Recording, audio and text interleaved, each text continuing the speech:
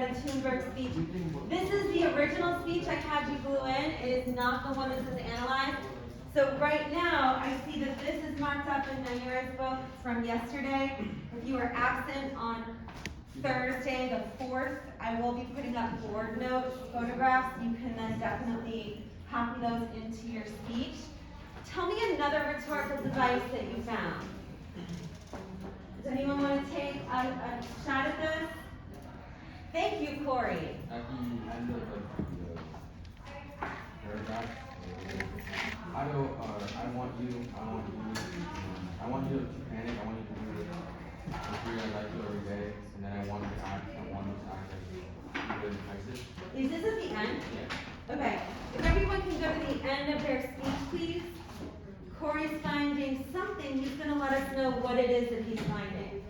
So tell me where I am here. Okay. Are we here? Yeah. We keep saying? I want you to panic. Okay. Where should I start highlighting? Right here? Can you tell me what this is an example of? What are you thinking?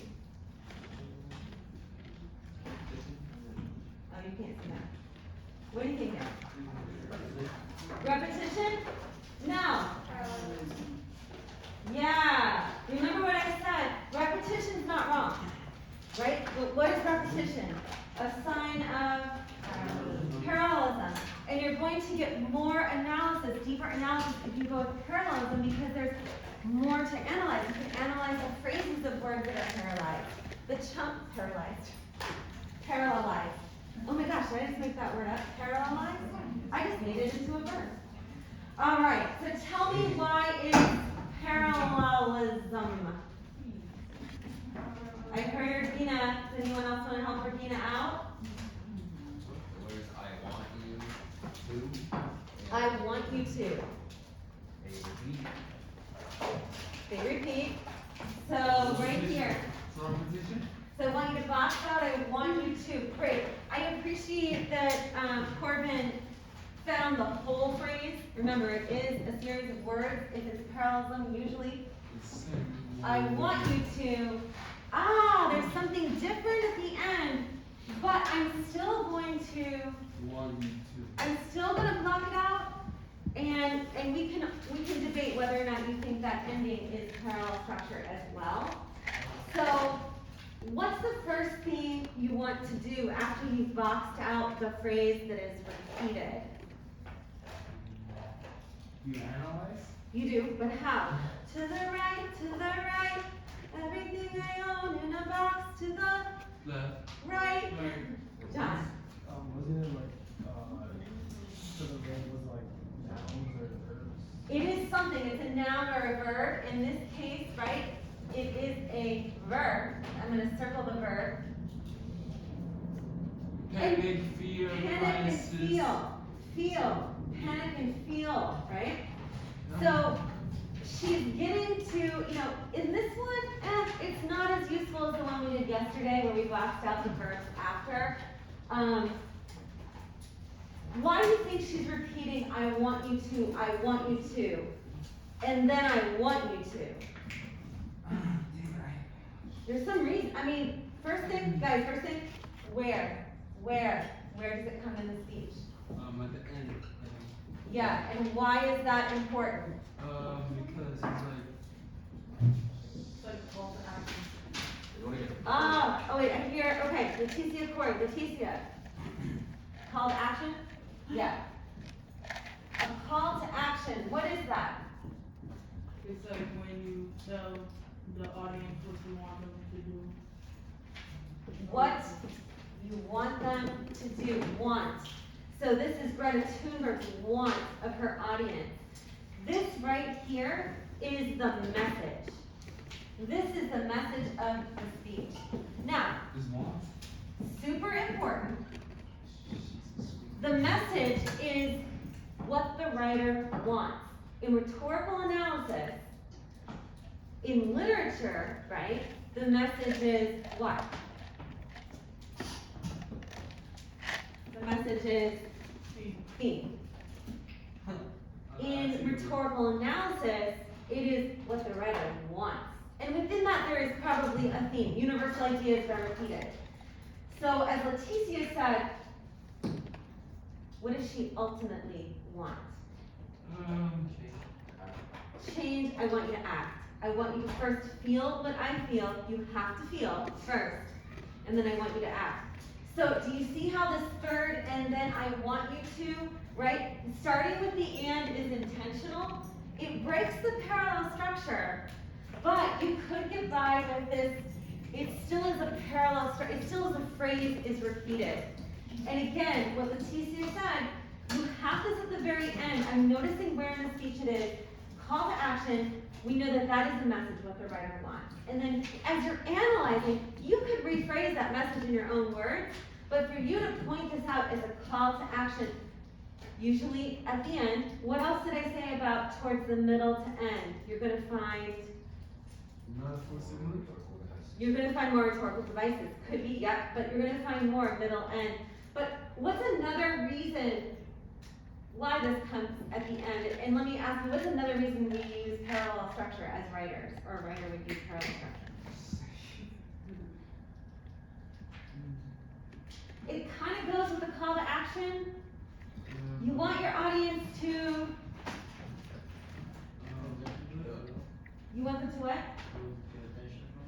To get attention to it, but that's the piece that they're really gonna remember, right?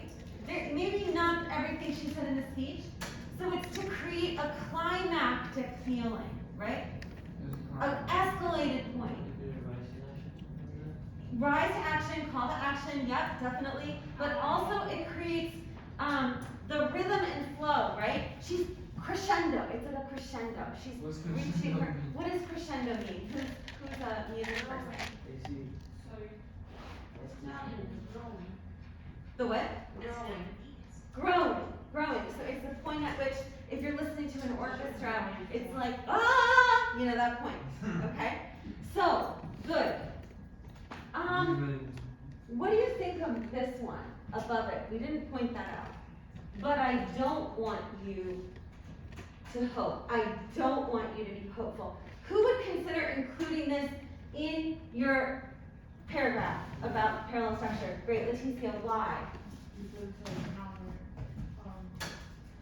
counter to what you. I don't want you to, I don't want you to. So she's saying that there's a counterbalance, right? And what is it countering? You have the affirmative, I want, followed by the negative, I don't want. We also have following to the right, to the right, to the right.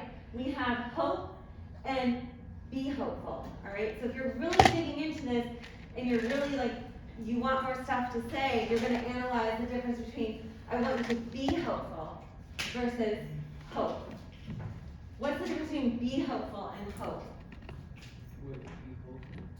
Yeah, again, this is the nitty gritty. I'm down to the chopping block here when analyzing a sentence. Some of you might not want to go this far, but you have, if you're desperate and you need more writing, you need to produce more in your paragraph, you always want to take a look at the actual words. What's the difference between to the right of the parallel structured phrase? Hope and be hopeful. What is the difference? There is a difference between hope and be hopeful. Thank you. I guess when you're like having hope, but hope is like already having it, I guess, but like when you're be hopeful is telling you like that you have it or that you should be hopeful since you're not already hopeful. Not already. Should be. And so you would then analyze the differences. Why would, she's using those back to back, but as Leticia said, she's using them as a counter, and she's also using them to build up to her crescendo, to build up to the climactic point, right? I mean, she literally says, in fact, if I said the message is what the writer wants, yeah, she says it right there. I don't want you to hope. I don't want you to be hopeful. So you can infer out of that negative, right, you can infer what she really wants. All right, so, very good, very good. Who brought that up? Thank you, Corbin? Corey? Thank you, Corey. All right, I think we're ready, except Does anyone else have one? And I won't go into it as in-depth, but we had this piece right here. We had the main solution, this one right here. If you were absent, I'm gonna put this up on Google Classroom. It's so simple that even a child can understand this. Again, what is that? It's a form of irony. What is the form of irony that it's sarcasm? And why is that sarcasm? It's mean, yeah, it's more, there's a bite to it, yeah. She does, oh, I was curious as to why she says homo sapiens. Referring to humans. It does, but why that word? We don't use that word. What do you think? I don't know the answer to that. What do you think? It's like a overstatement. Is it? Ah, what? Why are you thinking it's an overstatement? She's kind of comparing like all of time of being human to now. So, excellent. We didn't focus on overstatement. We focused on understatement. However, Corbin knows that overstatement is the opposite of understatement. And this always bothered me when I listened to her and when I read the speech. It really sticks out. It's glaring, which is why she's utilizing the overstatement rhetorical device, referring to all of time. And why would she do that in a speech about climate change? It's climate change won't happen. Humans will start from oil and now. Enhance her message, but in particular what? Go back to the title. Our house is on fire. It's on fire. How much time do we have, is she saying? Not a lot. So it's interesting that she's using the overstatement of homo sapiens, as Corbin said, referring to all of time, right? To maybe undercut and say we don't have the time. Did everyone pick up on that? So again, Corbin may choose to have a whole paragraph on overstatement, and then he may choose, maybe he sees an understatement somewhere, and in fact, maybe he's gonna have a paragraph where he compares how she utilizes overstatement and understatement together in the speech. All right, the one I can't, I like that. What is this? We must, this paragraph right here, above the sarcasm example with the small child, we must change almost everything in our current societies. Does someone want to read this? The bigger, Can I read it? thank you. We must change almost everything in our current society. The bigger your carbon footprint, the bigger your moral duty. The bigger your platform, the bigger your responsibility. What is this? What is this? Parallelism. What did you notice first? What did your eye and ear recognize first? Repetition. So what phrase or chunk is being Bigger. the bigger. Who's bigger? Bigger. Up. That's You so are. big. Thank you. You want to include the whole thing. The bigger your, the bigger your, the bigger your, the bigger. Oh my gosh. Remember, you have to go to the right. Examine what's on. She now has four things going on at once. She's building a comparison between carbon footprint, moral duty, your platform, and your responsibility. So again, you not only have to look to the right and figure out what's she balancing out, but why is she placing these particular ideas or concepts in this way? And then what's interesting, she has the two sentences, right, on a bigger level, also parallel structure. Does anyone want to give a shot for what's going on here? What would you say about this?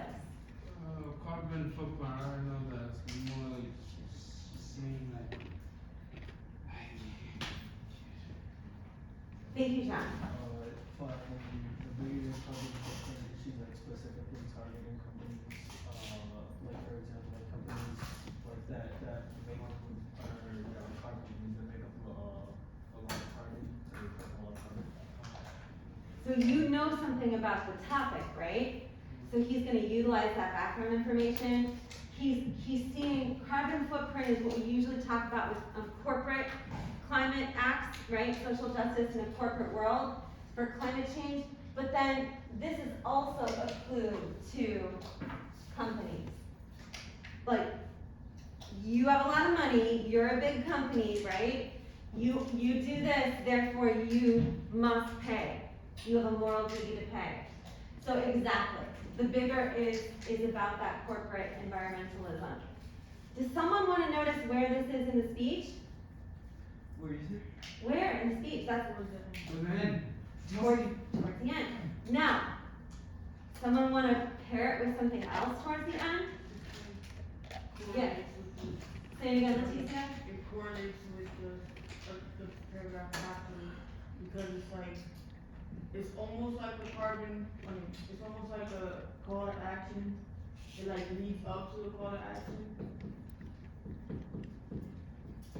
Great. So, what Leticia is saying, look, you're always look at where you find it in the speech, right? And what she's doing is she's saying, oh my gosh, she uses two forms of parallel structure correlating, right?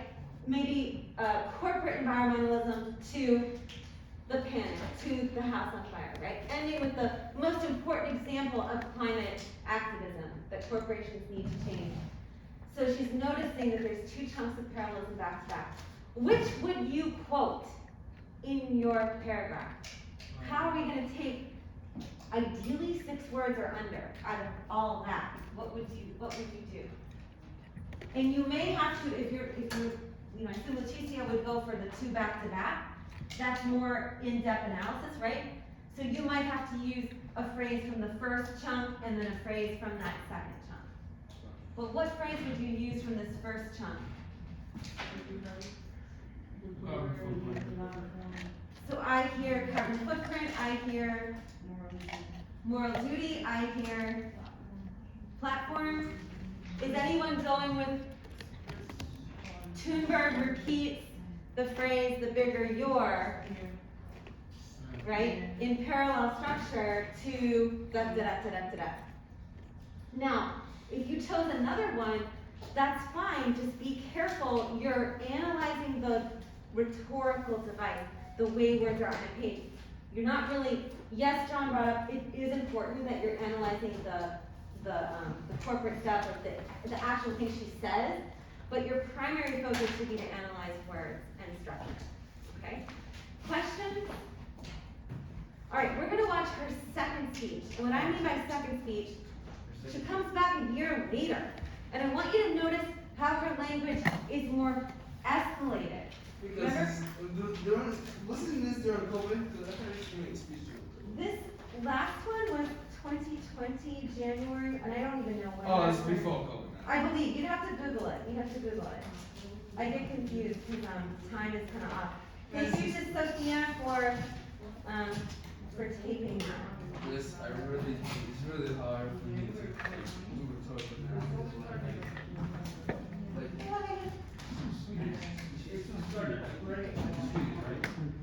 Hey guys, what, Corey, are you awake? Corey, are you awake? Okay. How do I?